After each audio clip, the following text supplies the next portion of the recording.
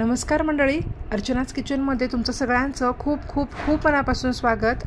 आज आपण अगदी मस्त असा परफेक्ट सँडविच ढोकळा कसा बनवायचा हे पाहणार आहोत।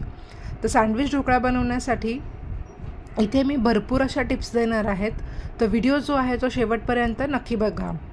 आणि जर तुम्ही अजूनपर्यंत माझ्या चॅनलला सबस्क्राइब केलं नसेल तर लवकरच चॅनलला सबस्क्राइब करा आणि बेल आयकॉन पण प्रेस करा, म्हणजे लवकरच तुम्हाला सगळ्या नोटिफिकेशन्स येतील। चला मग आता व्हिडिओला सुरुवात करूयात। तर इथं 2 वाट्या जाड रवा घेतलेला आहे, घरातली कुठलीही वाटी घ्यायची आहे आणि त्या वाट्यांनी पण सेम अशा वाट्या घ्यायच्यात आणि त्या वाट्याने 2 वाट्या रवा घ्यायचा आहे। 2 वाट्या रव्यासाठी 1 वाटी दही घ्यायचं आहे। तर आता इथं रवा जाड आहे, तुम्ही बारीक रवा वापरलात ना तरी पण चालेल, पण मिक्सरचं जार घ्यायचं आहे। मिक्सरच्या जारमध्ये 2 वाट्या रवा टाकायचा आहे, 1 वाटी दही टाकायचं आहे आणि आता यामध्ये अर्धी वाटी पाणी टाकायचं आहे। तर पाणी टाकण्यासाठी अजिबात घाई करायची नाही आहे, अर्धी वाटी पाणी टाकायचं सुरुवातीला आणि हे बारीक असं फिरवून घ्यायचं आहे।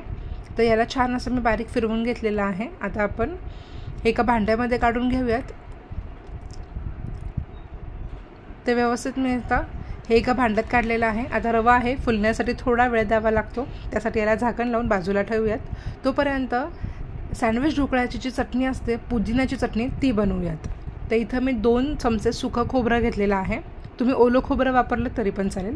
सुरुवातीला मिक्सरमधनं बारीक फिरवून घ्यायचं आहे खोबरं। आता यामध्ये स्वच्छ धुतलेला पुदिना टाकायचा आहे। तर साधारणपणे 1 ते 1.5 वाटी मी पुदिना घेतलेला आहे, अगदी छान स्वच्छ धुवून घेतलेला आहे। तो पुदिना मिक्सरच्या जारमध्ये काढून घ्यायचा आहे।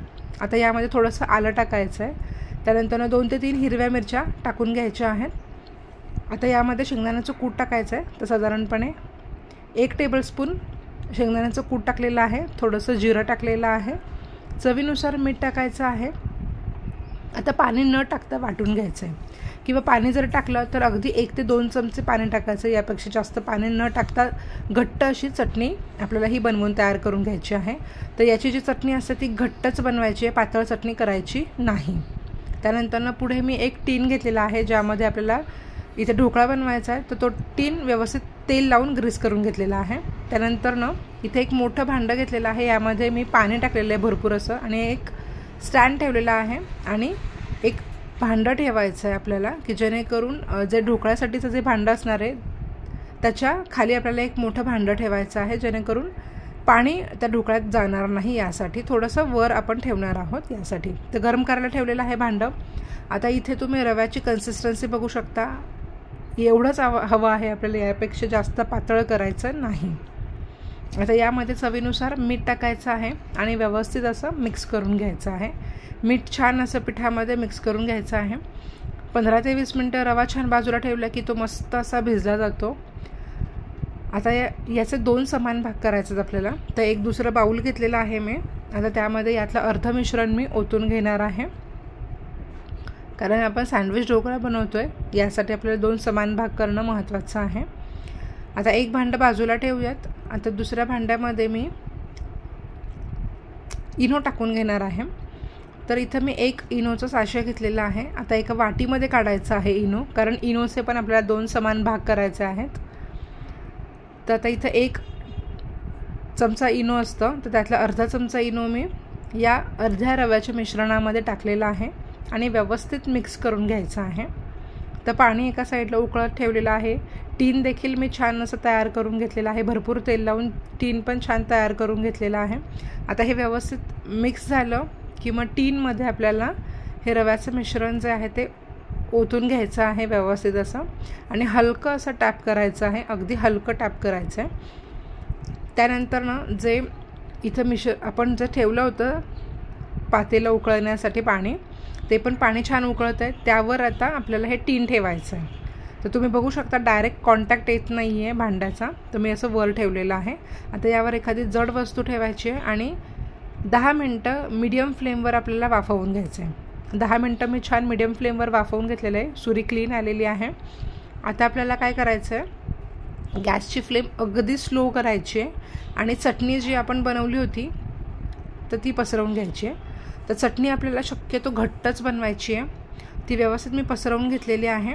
आता जे उरलेलं रव्याचं मिश्रण होतं त्यामध्ये उरलेलं इनो टाकायचं आहे आणि हे पण छान मिक्स करून घ्यायचं आहे। गॅसची फ्लेम जी आहे ती ऑनच आहे, मी अगदी मंद ठेवलेली आहे, गॅसची फ्लेम बंद करायची नाही आहे, नाहीतर पाणी पुन्हा थंड होऊ शकतं।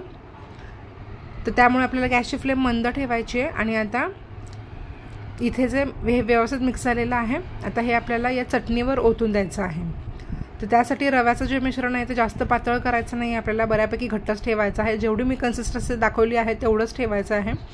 बबल्स पण छान आलेले आहेत व्यवस्थित। आता हे मिश्रण मी यावर ओतून दिलेलं आहे। आता आपल्याला यावर पुन्हा झाकण लावायचं आहे। पुन्हा 10 मिनिटं आपल्याला मीडियम फ्लेमवर छान असं हे वाफवून घ्यायचं आहे। वर एखादी जड वस्तू ठेवायची जेणेकरून वाफ बाहेर जाणार नाही यासाठी।